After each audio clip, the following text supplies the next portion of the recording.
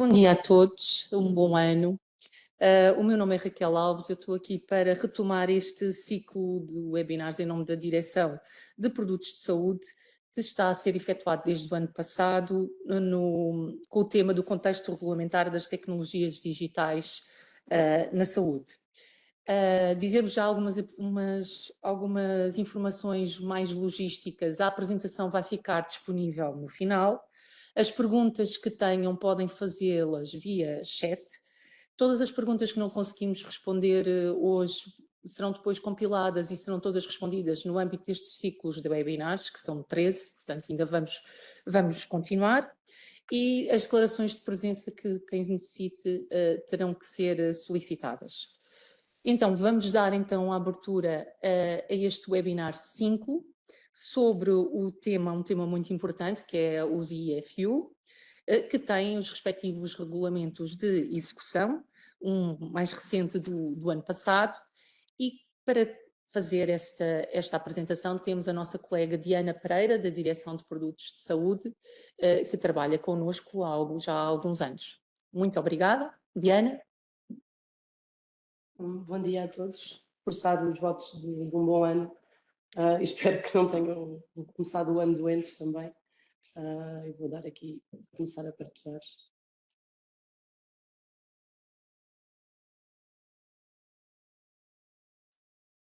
Espero que estejam todos a conseguir ver em casa. Portanto, como já foi referido, o tema do webinar de hoje é sobre as instruções de utilização eletrónicas e os diplomas que definem as regras com que estas podem ser definidas. Vamos passar brevemente pelos requisitos das instruções de utilização, que também já foram prontamente respondidas em webinars anteriores. Vamos depois entrar na questão das instruções de utilização em formato eletrónico e fazer uma passagem pela evolução dos diplomas até ao que nós temos atualmente e, no fim, vermos muito superficialmente quais é que são as propostas de revisão dos regulamentos dos dispositivos médicos que saíram o mês passado, que têm interesse nesta questão da digitalização. E, portanto, no que diz respeito à colocação no mercado de dispositivos médicos, o Regulamento 745 define que cada dispositivo tem que ser acompanhado das informações que permitam identificar tanto o dispositivo como o seu fabricante e tem que ter todas as informações necessárias sobre a segurança e o desempenho dos dispositivos. Portanto, esta informação deve constar sempre no próprio dispositivo, na embalagem ou nas instruções de utilização, que é o nosso tema focal de hoje. As previsões que se encontram previstas no Regulamento 745 e como já foi mencionado, por exemplo, no webinar passado, o webinar 4,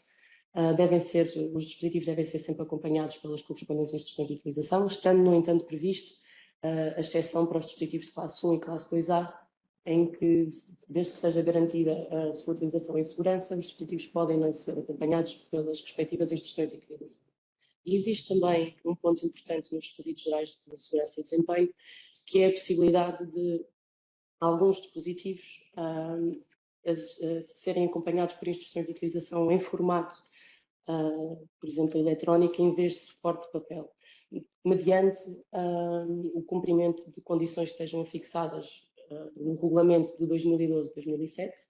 ou por outras regras disso que são posteriormente adotadas, que são as que atualmente estão em vigor. Desde 2012 que está previsto que alguns dispositivos médicos pudessem ser acompanhados por instruções eletrónicas em vez de instruções de utilização em formato de papel, por ser mais vantajoso e por haver um marcado benefício na redução dos custos e também no impacto ambiental para a indústria e para os utilizadores dos dispositivos médicos, garantindo sempre que se conserva ou pelo menos se melhora o nível de segurança dos dispositivos. E, portanto, em 2012, o Regulamento de 2007 estabeleceu uma série de condições que os fabricantes têm de cumprir para que os dispositivos para que as instruções de utilização dos dispositivos possam ser fornecidas em formato eletrónico em vez de formato de papel. O Regulamento de 2012, uma vez que dizia respeito às diretivas dos dispositivos e à diretiva dos dispositivos implantáveis ativos, foram revogadas e, portanto, atendendo aos novos requisitos introduzidos pelo Regulamento 2017-745 e também à evolução tecnológica que foi existindo desde 2012, foi implementado um novo Regulamento de Execução, que é o que nós vamos também ver aqui em mais detalhe, que é o Regulamento 2226 de 2021. Portanto, o que este regulamento sempre, ainda desde 2001, dizia é que dispositivos médicos ao abrigo do regulamento, desde que se fossem dispositivos médicos implantáveis ativos,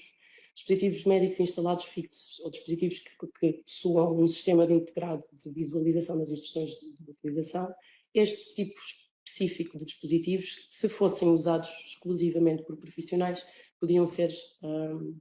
disponibilizados com instruções de utilização eletrónica e garantindo também que não fosse previsível que outras pessoas que não estes profissionais utilizassem os dispositivos. E em 2021 este regulamento também não abrangia os produtos do anexo 16 do regulamento 745, portanto os produtos sem finalidade médica. Temos aqui a amarelo uma das maiores alterações entre 2012 e 2021, que foi também mencionado no webinar anterior, que é a questão dos softwares. Atendendo a este tipo de tecnologia, ficou previsto que, independentemente do utilizador do software, desde que este permitisse visualizar nele próprio as instruções de utilização, podiam ser em formato eletrónico, portanto, independentemente de ser para utilização por profissionais ou por utilização por leigos. Este diploma prevê também todas as condições que têm que ser cumpridas no que diz respeito à avaliação do risco de ser fornecido pelo fabricante as instruções de utilização em formato eletrónico em vez de formato de papel. Todas elas têm que ser cumpridas. Uma vez que o PowerPoint depois vai ficar disponível, se calhar não vale a pena entrar por todos os pontos, mas ressalvar que tem que estar sempre bem definido qual é que é o conhecimento e a experiência que é necessária para que os utilizadores consigam tanto utilizar o dispositivo como o hardware ou software que possa ser necessário para consultar e visualizar as instruções eletrónicas. É preciso também saber qual é o meio em que o dispositivo vai ser utilizado, ter também sempre toda a informação disponível sobre as condições necessárias para o acesso do utilizador aos recursos eletrónicos e que tipo de software e hardware é que é necessário terem para esta visualização. Tem também que haver sempre uma salvaguarda, um mecanismo de hardware e de software, tem que sempre estar claro por parte do fabricante que outras alternativas é que existem para os utilizadores acederem a estas instruções eletrónicas. Tem também que ser feita uma avaliação do possível impacto causado caso haja uma indisponibilidade temporária do website onde estejam as instruções eletrónicas e também quais é que são as medidas preconizadas pelo fabricante para se dar resposta caso isto não aconteça. Para além da avaliação de risco, existe uma série de condições que têm que ser reunidas para que o fabricante possa disponibilizar as instruções eletrónicas, que até podem ser transformadas numa checklist para ajudar os fabricantes. Portanto, sendo a primeira delas a questão da análise de risco, tem que demonstrar uma relação benefício-risco positivo no que diz respeito à disponibilização das instruções eletrónicas em vez de instruções de utilização em papel. É importante que estas instruções eletrónicas sejam fornecidas em todos os Estados-membros onde o dispositivo seja disponibilizado ou entre em serviço e, à semelhança, garantir também que as instruções de utilização estão disponíveis na língua oficial do Estado-membro e seja disponibilizado, porque neste caso qualquer dispositivo com instruções eletrónicas disponibilizado em Portugal tem que ter informação disponibilizada em português. Tem que haver também, e aqui é importante, um sistema que permita aos utilizadores solicitarem sem qualquer custo adicional as instruções de utilização em papel, dentro do prazo estabelecido ou na avaliação de risco e, no máximo, dentro de um prazo de 7 dias corridos a partir do momento em que é feito o pedido do utilizador. É preciso também garantir,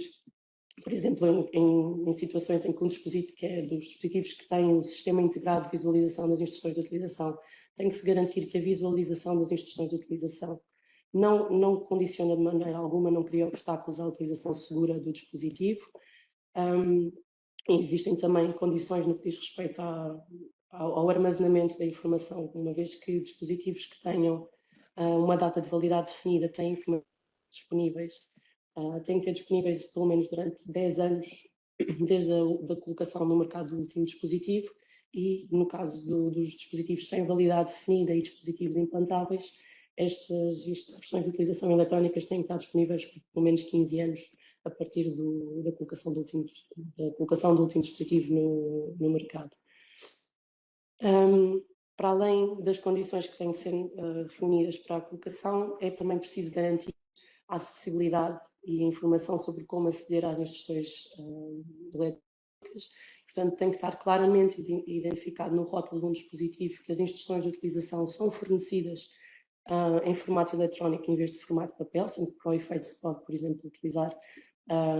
esta simbologia harmonizada que vem aqui no ecrã, garantindo sempre que também há depois uma descrição de qualquer simbologia que seja utilizada, e tem que haver também, os dispositivos têm que ser acompanhados de informação clara sobre como é que se deve aceder às instruções eletrónicas. Portanto, esta informação de como aceder tem que estar aposta na embalagem individual dos dispositivos, ou no máximo na embalagem comercial, e, pronto, caso não seja possível, num documento em papel com cada dispositivo. E, portanto, existem pelo menos 4 requisitos que têm que ser cumpridos no que diz respeito à informação que tem que ser apresentada sobre como aceder às instruções eletrónicas, sendo a primeira tem que estar disponível e de forma clara toda a informação que é necessária para se conseguir visualizar as instruções de utilização. Tem que se ter informação também sobre o dispositivo, nomeadamente através da indicação do DI do dispositivo e qualquer outra informação que exista, nomeadamente a designação do dispositivo ou, por exemplo, o modelo. Tem que haver também uma identificação clara dos dados de contacto do fabricante, através do seu nome, do endereço, qualquer meio de comunicação que existe, e também sempre o website do fabricante.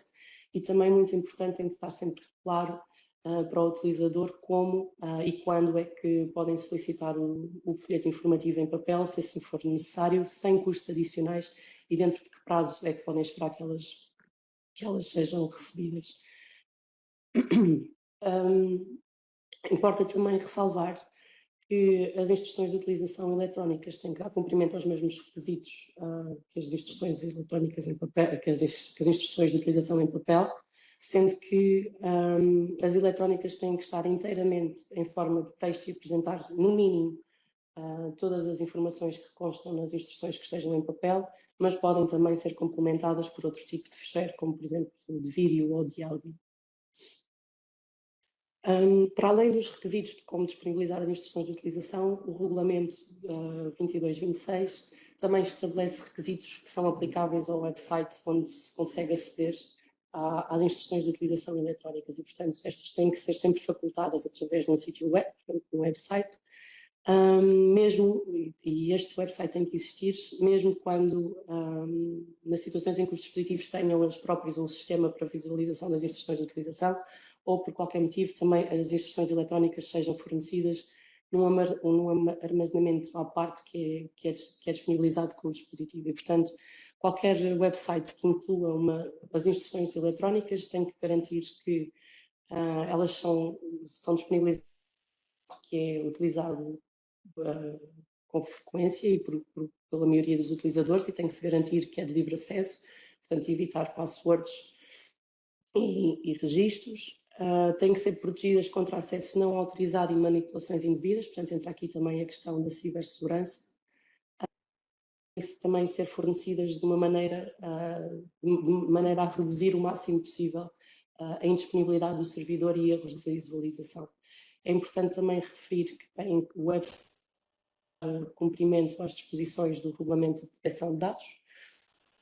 e o endereço web que seja apresentado na rotulagem ou na embalagem do dispositivo tem que estar estável e diretamente acessível durante o período dos 10 a dos 15 anos em que tem que se guardar as instruções eletrónicas. E quem diz endereço web também pode às vezes ser, em vez do endereço, ser acompanhado por um QR Code, por exemplo. E também estava previsto que todas as versões anteriores estivessem acessíveis neste website. A verdade é que em 2024,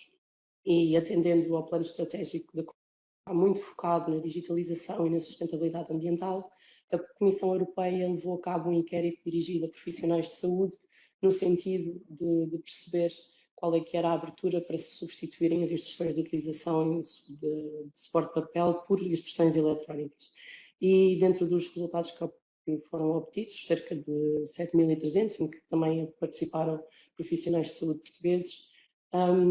verificou-se uma marcada preferência por instruções em formato eletrónico em vez de formato de papel, com cerca de 88%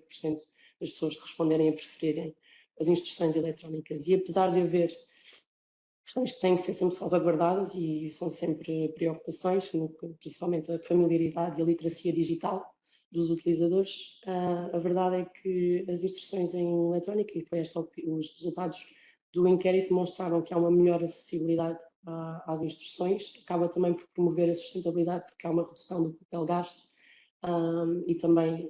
acoplada à redução de custos, tanto para os utilizadores como para os fabricantes. A utilização das instruções de utilização eletrónicas também permite adaptar melhor a frequência,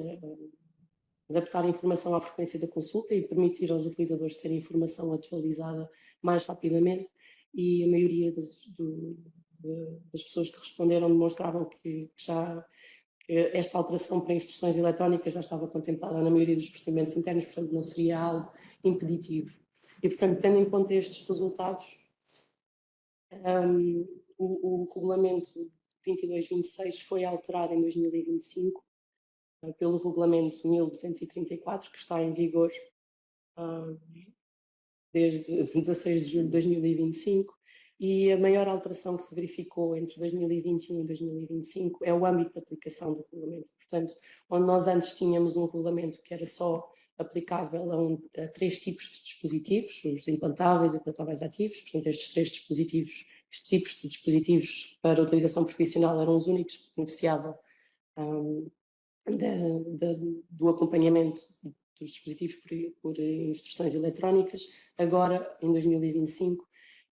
os fabricantes podem fornecer estas instruções de utilização em formato eletrónico para todos os dispositivos ao abrigo do Regulamento 745. Portanto, quando dizemos dispositivos, inclui os dispositivos médicos, os seus acessórios e os produtos do anexo 16 que sejam destinados à utilização por profissionais. E é também feita uma salvaguarda que sempre que um dispositivo para utilização por profissionais seja previsível que seja também usado por leigos, tem que ser sempre acompanhado por instruções em formato de papel também.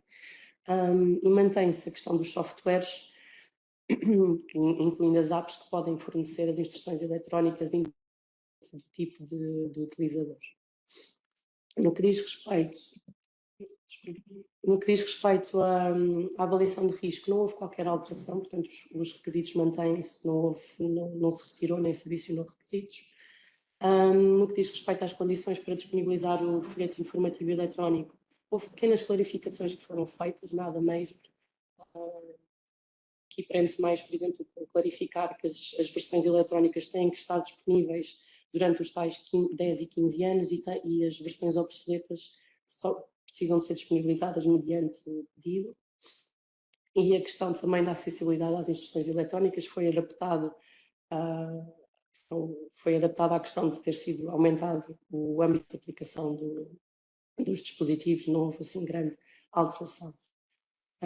Outra grande alteração, não vou chamar alteração, mas clarificação talvez, no que diz respeito aos requisitos aplicáveis aos websites, é que para além de todos os outros requisitos é agora adicionado um que vem clarificar o seguinte: no regulamento 745, se nós formos ver os campos da Eudamed que estão previstos na Eudamed, estava anteriormente indicado que seria facultativo indicar as instruções de utilização eletrónicas no respectivo campo. Agora, desde 2025, e o que está previsto é que, o mais tardar a partir da data de entrada em produção da Eudamed, portanto 28 de maio deste ano, os fabricantes já vão ter que introduzir no módulo do UDI o endereço internet onde se pode aceder às instruções eletrónicas. E, portanto, fazendo aqui uma overview da evolução da legislação aplicável às instruções eletrónicas, entre 2012 e 2021, o que se verificou é que houve uma necessidade de adaptar os requisitos que foram introduzidos pelo regulamento e, portanto, tornou-se obsoleto os requisitos das diretivas, e foi também preciso alinhar os requisitos às tecnologias digitais, na questão dos softwares e destes poderem disponibilizar tanto para utilizadores profissionais como leigos. E entre 2021 e 2025, muito motivado pelo inquérito que foi realizado pela Comissão Europeia em 2024, e portanto, e como reflexo de toda a experiência que foi adquirida e esta contínua discussão sobre a digitalização e a sustentabilidade, o âmbito de aplicação do regulamento foi alargado para todos os tipos de dispositivos por uso profissional, e houve alguns requisitos que foram suprimidos. Por exemplo, não está na apresentação, mas o artigo 8 mencionava a necessidade da avaliação por parte do organismo notificado para dispositivos que não classe 1 foi suprimido por ser redundante face ao que nós já temos no Regulamento 745 e também houve alguns requisitos que foram clarificados, como este da EUDAMED. E, portanto, à data de hoje, pontos-chave que é preciso ter em consideração é a questão de que, hoje em dia, podem ser fornecidas instruções em formato eletrónico para todos os dispositivos que sejam abrangidos pelo Regulamento 745 e que sejam destinados a utilizadores profissionais. Portanto, agora deixa de ser independentemente do tipo de dispositivo e deve ser sempre salvaguardado que é fornecido, que as instruções são fornecidas em formato de papel, sempre que também possam ser utilizados por leigos. Há uma manutenção do requisito para os softwares, novamente, que é independente do utilizador, podem ser acompanhados de instruções de utilização eletrónica. Os fabricantes têm sempre que garantir que realizam uma avaliação de risco para fornecer as instruções eletrónicas, as instruções de utilização em formato eletrónico, e estas têm que dar cumprimento, não esquecer que têm que dar cumprimento aos requisitos gerais de segurança e desempenho do 745 e, claro, aos requisitos que se encontram neste diploma também. Tem que estar sempre claro que é disponível, que tem que ser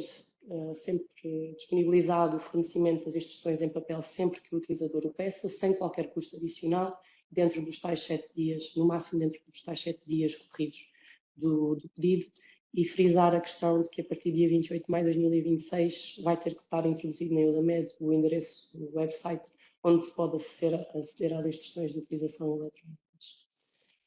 Para terminar, e não entrando em grande detalhe, mas uma vez que está dentro da temática da digitalização, só ressalvar aqui alguns pontos que demonstram este caminho que tem sido feito para a digitalização no setor dos dispositivos médicos. Na proposta que saiu no dia 16 de dezembro do ano passado, já há uma marcada intenção de mudar mais documentos para formato eletrónico ou digital, como seja a declaração de conformidade, alguma informação na rotulagem e também no cartão do implante, e também há uma intenção